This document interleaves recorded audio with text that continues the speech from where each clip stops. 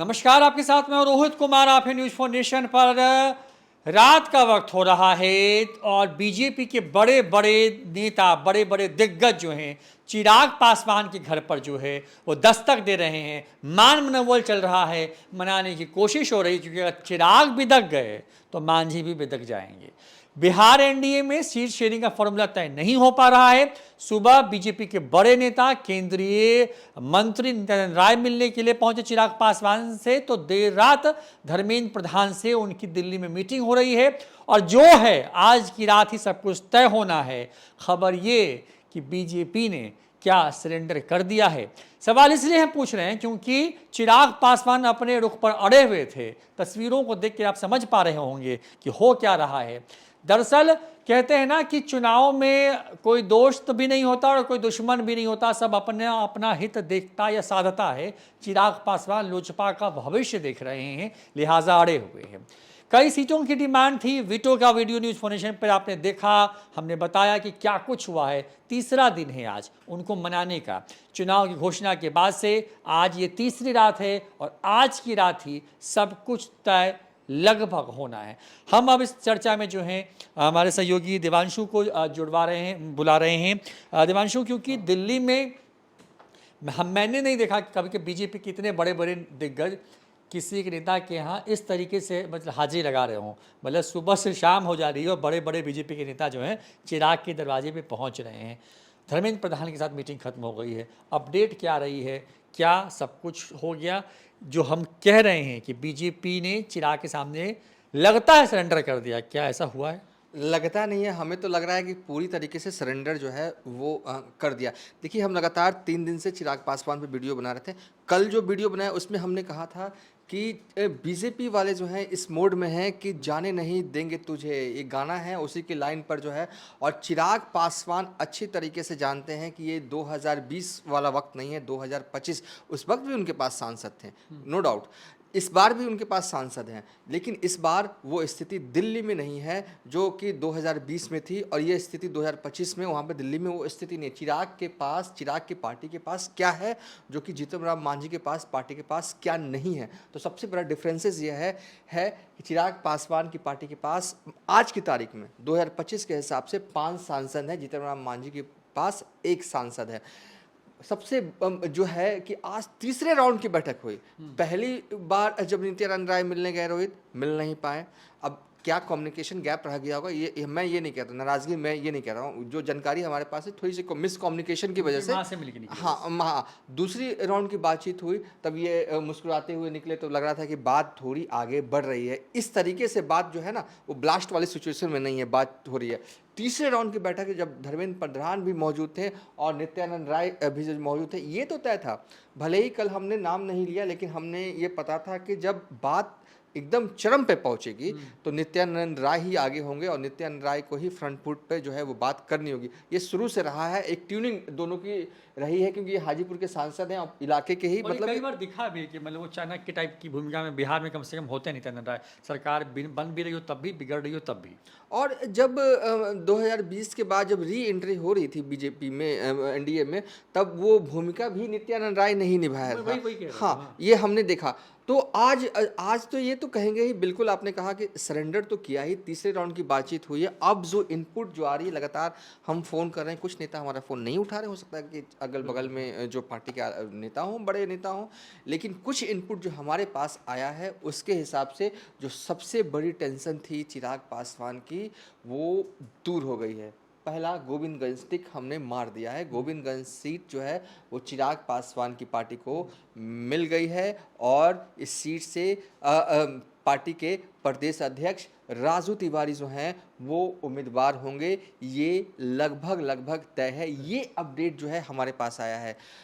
ब्रह्मपुर को भी लेकर आया है कि ब्रह्मपुर भी जो है वो चीज़ें तय हो गई हैं और इस पर भी हमने टिक मार दिया है कि ब्रह्मपुर सीट जो है, जो हमारे सूत्र बता रहे हैं, जो करीबी लोग बता रहे हैं, दिल्ली से ये तीसरे राउंड की बैठक हुई है, उसके बाद हम ये वीडियो बना रहे हैं। लेट हो रहा है, देर रात हम ये वीडियो बना रहे हैं, 11 बजे तो हम ये वीडियो ही बना रहे हैं और जैसे ही वीडियो पोस्ट करेंगे निकल जाएंगे घर को रोहित। तो ये ब्रह्मपुर भी जो है ओके हो गया है। और एक तीसरी सीट जो डिमांड की गई थी दानापुर, उसको लेकर थोड़ा सा डाउट है, लेकिन जो खबर आ रही है दानापुर विधानसभा सीट को भी लेकर बात सकारात्मक दिशा में आगे बढ़ रही है। आप ये नहीं कह सकते कि 100% कि ये सीट चिराग पासवान की पार्टी को मिलने जा रही है, लेकिन हाँ आप ये कह सकते हैं कि लगभग 90% ये मान के चलिए कि ये सीट जो है वो चिराग पासवान को मिल जाएगी। इस स्थिति में आ गई है, बीजेपी का बीटो नहीं लगा है कि भैया हम आपको जो है वो ब्रह्मपुर जो सीट, ये सॉरी दानापुर सीट तो एकदम नहीं दे सकते, ऐसा नहीं कहा गया बीजेपी से। मतलब खोल के रखा गया। हाँ, कहने का तात्पर्य कि कुछ भी हो सकता है रोहित। ये हमारी तरफ से ये मीटिंग के हवाले से जो है ये अपडेट है।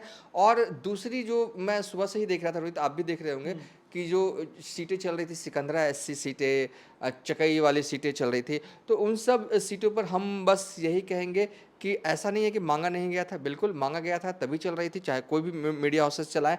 लेकिन मुझे लगता था कि इस पे भी चिराग की एक रणनीति थी कि मांग लो इम्पॉसिबल तो मिले तो कम से कम पॉसिबल वाली सीटें मिल सके, ये रणनीति का हिस्सा था। तो अभी के हिसाब से अपडेट हमारे पास यही है रोहित। और आगे देखिए, अब चीज़ें अभी बहुत पानी अभी बहना है। अब देखिए ना, अब तो रात हो गया है, अब तो सब लोग सो जाएंगे, लेकिन सुबह अब तो जिनको टिकट मिलना है, जो इंतज़ार में, उनको तो नींद आ ही नहीं रही है। अब सुबह देखते हैं क्या अर्ली डेवलपमेंट होता है। लेकिन आज के हिसाब से खुशखबरी ये है लोजपा के लिए कि मतलब कि आप भी कह सकते हैं ना कि आज दिन भर का ये रहा कि धीरे धीरे धीरे बीजेपी को झुका रहे हैं चिराग। ये भी आप ये थंबनेल में ये भी फीड बैठ जाता।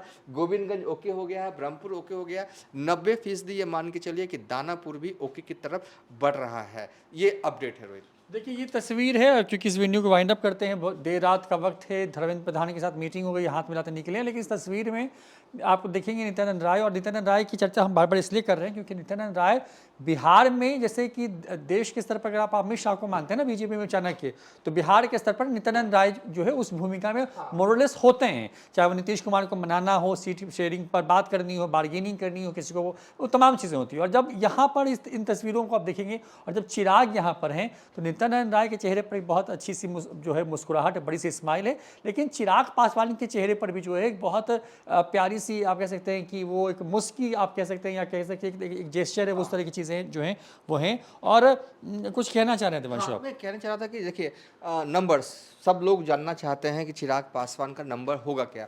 20, 24, 22, 25, 28, 30, 35 होना नहीं है, लेकिन हम बोल देते हैं कितना होगा। ये आज के तारीख में सबसे बड़ा सवाल है। 3 राउंड की बैठकें हुई, नंबर्स कितने मिल रहे हैं। देखिए सबसे बड़ी बात है कि क्वालिटी ऑफ सीट, जो चिराग पासवान के आगे पीछे जो नेता रहते हैं उनका कितना जो है वो समावेश चुनाव लड़वा पाएंगे चिराग पासवान। देखिए अलग अलग जानकारियाँ आ रही हैं इसलिए हम नंबर्स अभी नहीं बोलेंगे। हमारे पास पुख्ता जानकारी होती है तभी बोलेंगे। मतलब एक से हमने बात किया तो इतना, कोई कह रहा है इतना, लेकिन हाँ ये कंफर्म है। नंबर आज हम नहीं बोल रहे हैं, इसलिए नहीं बोल रहे हैं क्योंकि एग्जैक्ट हम तक ये सूचना 100% जो है वो नहीं पहुंची। क्योंकि अब चीज़ें जो है ना अब उस तरीके से नहीं चल सकती, क्योंकि अब तो कल तो अनाउंसमेंट होना। अगर हम बोलेंगे तो एग्जैक्ट बोलेंगे और नहीं तो नहीं बोलेंगे। हमारे पास 2 सीट को लेकर जानकारी आई, हमने बता दिया। और नंबर्स को लेकर रोहित थोड़ा सा इंतजार कल तक करना होगा, क्योंकि अभी चीज़ें ना नंबर बढ़ना है। क्योंकि नंबर अभी क्यों है ना कि सीटों को लेकर, जैसे कि आप लालगंज को आप रख सकते हैं, सिमरी बख्तियारपुर तक को चर्चा हुई, जहां सिमरी बख्तियारपुर पिछले बार संजय सिंह यहाँ से चुनाव लड़े थे और चिराग पासवान की वजह से ही मुकेश सहनी 2020 में हारे थे। तो उन सिमरी बख्तियारपुर को भी लेकर कहा जा रहा है कि चिराग को इस बार भी मिलने जा रहा है आपका ये लालगंज मिलने जा रहा है। लालगंज में सिटिंग विधायक हैं जो हैं वो बीजेपी के। तो ये सब तमाम तरह की चर्चाएं हो रही हैं। अब कौन कौन सी सीटें मिलते एग्जैक्ट जो है 90% जो है वो एक तरह से कह सकते हैं कि चिराग पासवान की बीजेपी के साथ बातचीत होगी। 10% बचा हुआ है रेस्ट। तो 10% जो बातचीत बची हुई है वो कल होने दीजिए, फिर हम एक और वीडियो बनाएंगे, तब एग्जैक्ट नंबर बताएंगे। चलिए इस वीडियो को कंक्लूड करते हैं। वही है कि अब चिराग पासवान कितने पे लड़ेंगे, अब इस पे बात अटक रही है। तो फिगर पे नहीं है, लेकिन चिराग पासवान अब इस फिगर को टारगेट करके चल रहे होंगे मेरी समझ से, कि कितने विधायक उनके बनेंगे। क्योंकि जब आप स्ट्रांग होते हैं तो पिछली बार वो एक विधायक जीत उनके आए, वो टूट गए।